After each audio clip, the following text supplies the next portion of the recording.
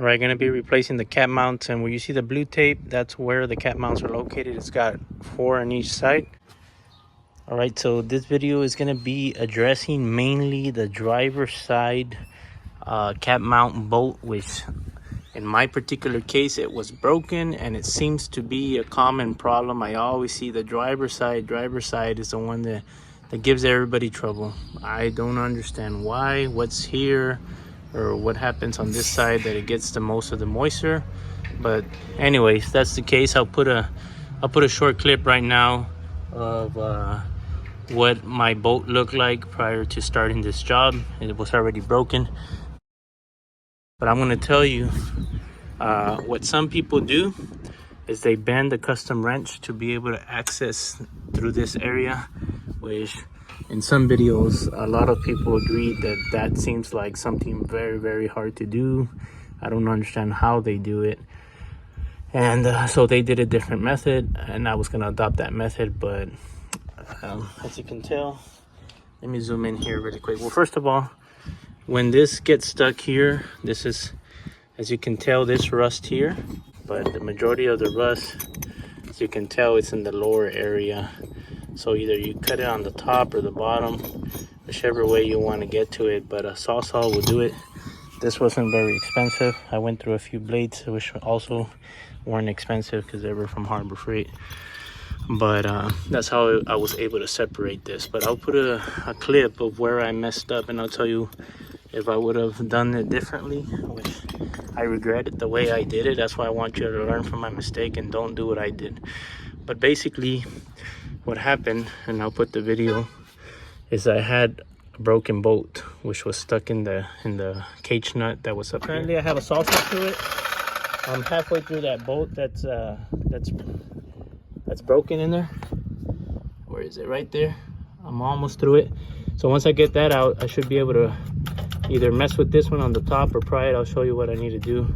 But yeah, that's the difficult bolt right there.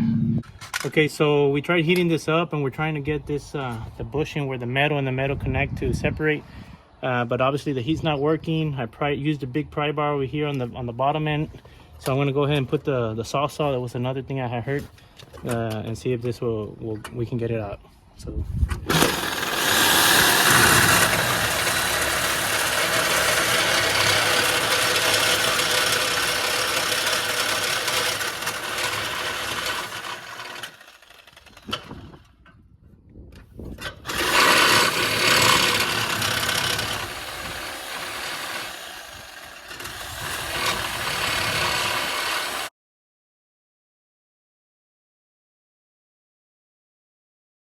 And if you're not familiar with what the cage nut looks, I'll also put a clip. As you can tell, that's a cage nut that already has a nut. It has a bolt sticking out. So in my particular case, the bolt was like that, along with that nut and that bracket, and it was broken in the bottom. But my problem was in trying to separate my bushing, I went ahead and sawed it off, thinking that by doing that, I was going to be able to push that cage nut out and drag it out this way, which was almost, to me, so impossible. So I ended up doing something that like I said, I'm not going to recommend. That it was just something that I did. This is a $20 part from Ford that it's going to go in here. I'm going to light it up right now and show you where it goes. So I cut part of this to be able to push that cage nut and that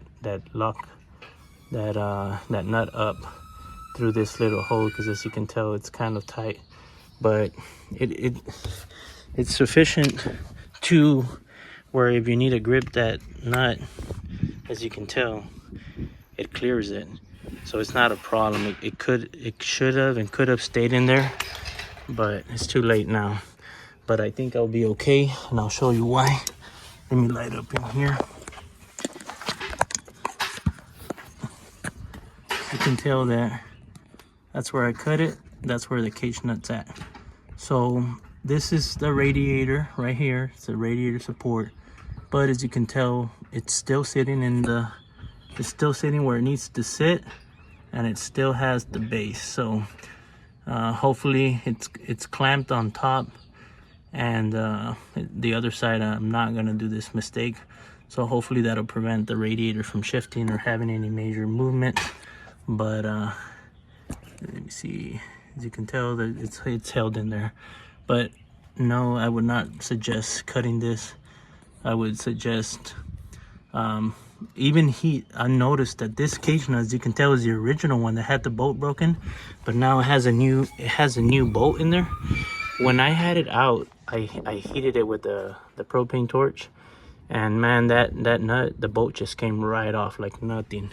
So my suggestion is get on this side right here, because again, you're not going to be able to heat it directly on top, and the reason why is because you got this plastic here to begin with. You don't want to heat in this area. You don't want to heat where you have plastic here, where you have this rubber bushing. It's just going to melt. It's going to melt all this, and it's going to create a problem.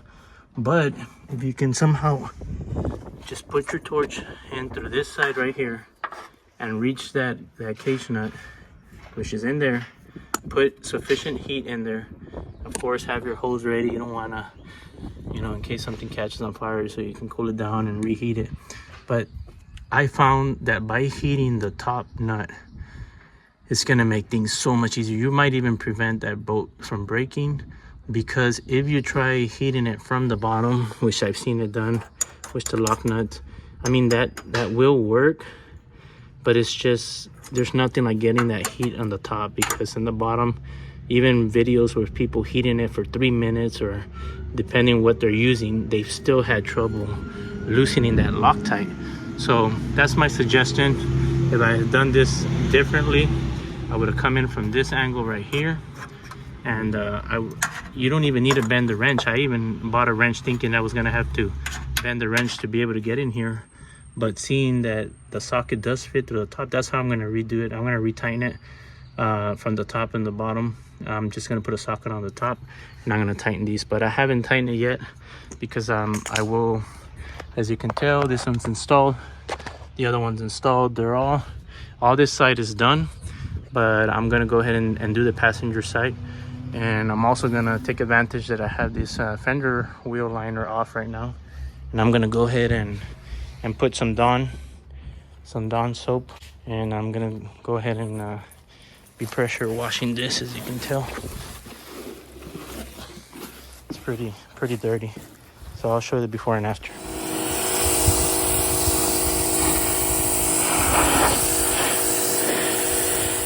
This is the passenger side, driver's side, I'm sorry. All right, so what I'm doing is I'm putting pressure down on this bolt right here with this one, levering this shit down. That way it can kind of put pressure on that cage nut on top. And I continue to heat this area right here up, right above here, which is where the Loctite is in that bolt, to see if I can get it to loosen. It seems like it's coming, so I'm gonna keep doing that and see how that goes. All right, so I'm on the passenger side, and I'm trying to learn from my mistake on the previous side. This bolt, I heated it up really good, and this one was stripped, but actually the socket's still good enough to actually turn. But the problem is now we're getting slippage.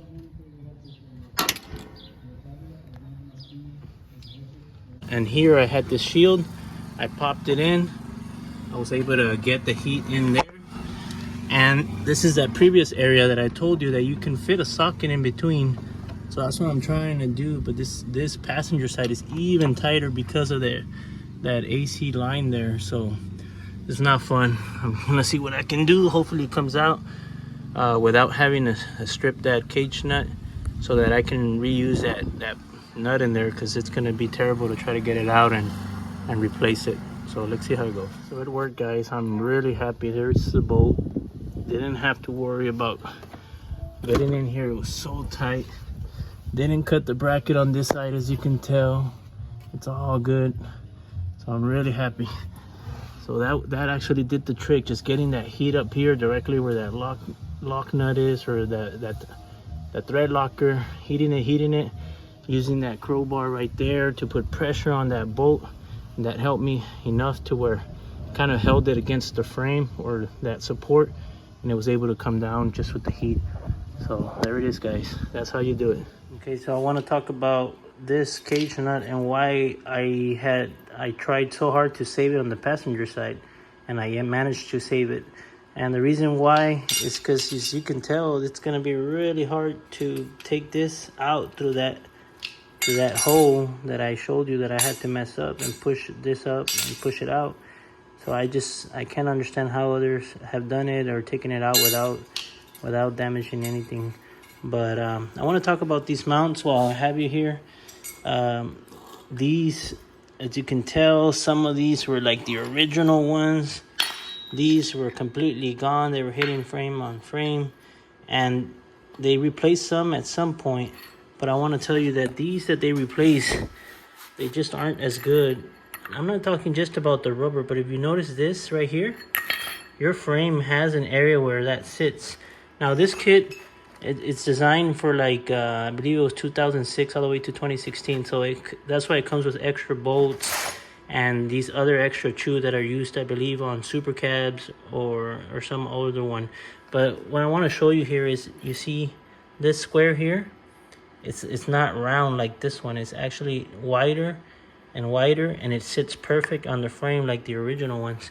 So this one was only, I believe it was like $80 some, $90 for all of them, and it had a lot of extra bolts. I ended up using, you want to use the shortest ones you have, and they work just fine. These long ones are just way too long. They might work up front, but then these threads are just not the same, because look at these, one of the original ones. If you notice, they just have a lot more thread to go in between the bushing and that. So you might end up running out of thread with these if you don't put enough washers. So I recommend saving as much as you can of the original ones. And these are also, I believe, 18 millimeters, and the original ones is the 15 millimeter socket. But these are also grade 8 bolts, and the original ones are grade 10. So you want to try to use the original ones as much as possible. This one, I probably could have used it, but I put a few of the new ones, the what's it called, the shorter ones. So I was fine with leaving one behind. For the most part, I used the good ones, the original ones. So yeah, use the shortest bolts. You won't use these for your 2011 to 2016, which are the smallest bushings that come in the kit.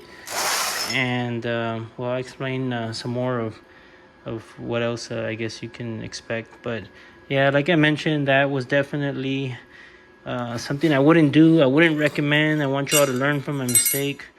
Don't cut this. Try to save it, even though this is only like a $16 part. But yeah, definitely I would try to avoid that. Alright, so nope, I had to use the salsa on this side too. There it is. See how rusted that is right there. I had to cut through it. There was no way it was gonna slide out. Look at that. Had to use cheap old salsa, cheap blades from Harbor Freight. Once I removed the bolt, that's the lesson that I learned from the other side. Don't cut the bolt, because then you'll have a lot of trouble. But once I cleared that bolt, I was able to saw through that, and there we go. All right, really quick, what you do here is you just lift this, you start popping it off. As you can tell, it has clips along that side. And then once you do that, you lift this gasket right here on the door, just pull it out a little bit. And you lift on this one on the corner, has a clip right there, you see? So it just should pull out. And that will also bring that other side, that side one that goes right here. This one that goes right there on the side will pop out along with it. So that'll give you easy access to this top bolt, which you want to heat up lightly right here to get that Loctite to melt, to make sure you get that bolt to come out nice and easy. All right, so I'm working on the middle one right now, and even though I was able to heat up the bolt and it came out setup that we're going to use to heat up, I got a propane tank, and I had this adapter that I had bought for camping to convert the small stove to this, and I bought this kit from Harbor Freight to heat up, and we're going to heat up that bolt.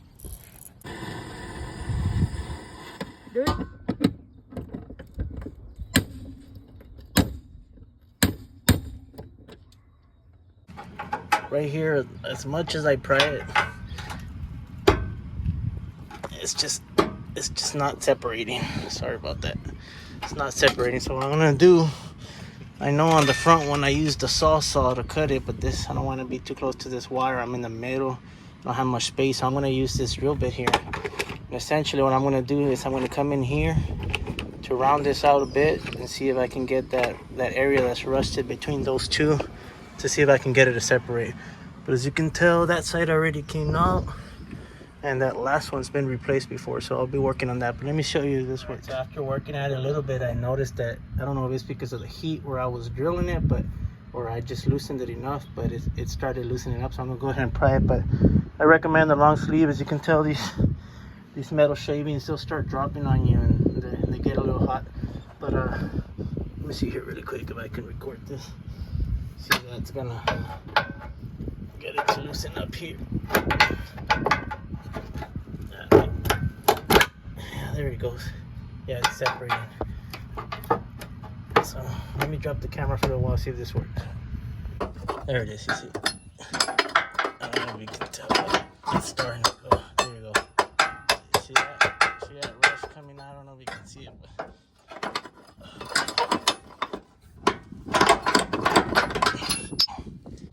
that's where it gets stuck right there with all that rust where it meets right there. But that drill bit, I guess it created enough heat. I already installed my new ones. Mind the back. This was the most difficult one, again, the front one.